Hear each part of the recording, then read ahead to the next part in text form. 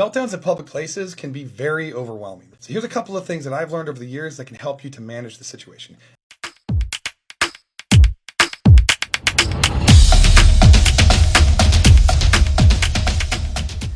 Hey special family, welcome back to another video.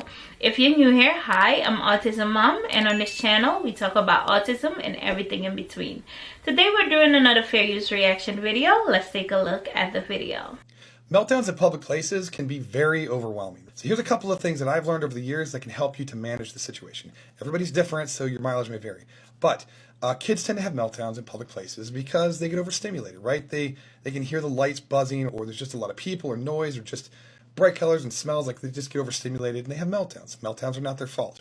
When your child is having a meltdown in a public place, you can feel that pressure from like all the people staring and making comments or whatever. It's so important that you be the calmest person in the room because your kid needs you to be as calm as possible. The more upset or excited or emotional that you get, you can just be fueling the fire. So be as calm and collective as you possibly can. Be as matter of fact. Don't worry about what other people think, say, or do because they're going to judge what they don't understand anyways, and you have no control over that. Neither do I. So we just kind of let them do their thing.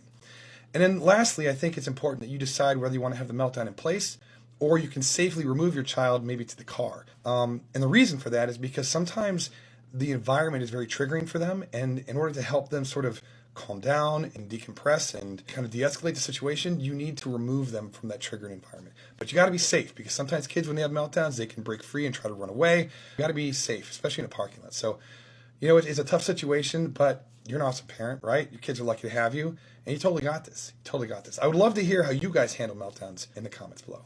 See ya. I feel like as a special need parent, you can tell a new parent from a seasoned parent. Reason why? A new parent, most of the time they get frustrated, they get uncomfortable, they start looking around like, oh my God, they're watching me, oh my God, they're talking about me. The seasoned one don't give two damns.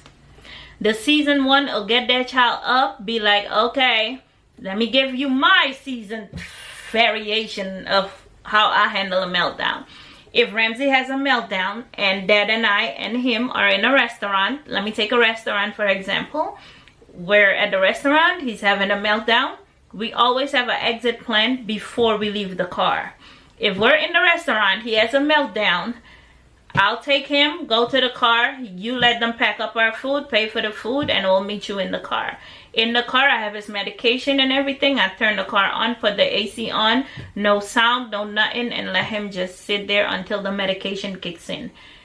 So, minute he has a meltdown, we are bolting out the door. That's it.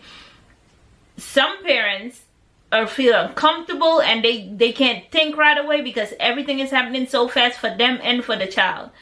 Not over here. We seasoned now. We're calm.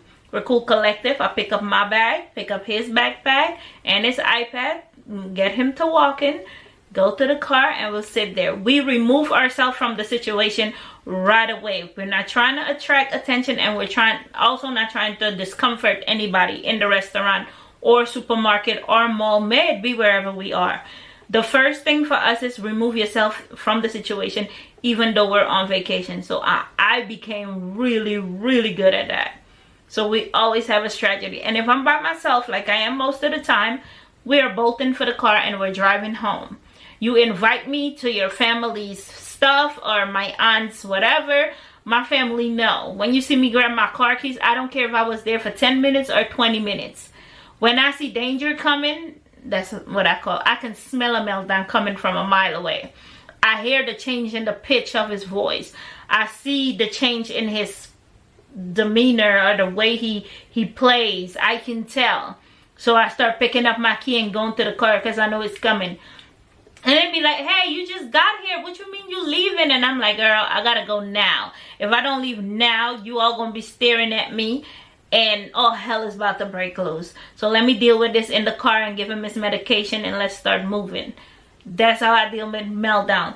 But I am dying to hear how you guys deal with meltdowns, because I have seen meltdowns happen with kids in supermarkets in different spaces, and some parents handle it like a G, and some parents look like they're about to go into a meltdown themselves.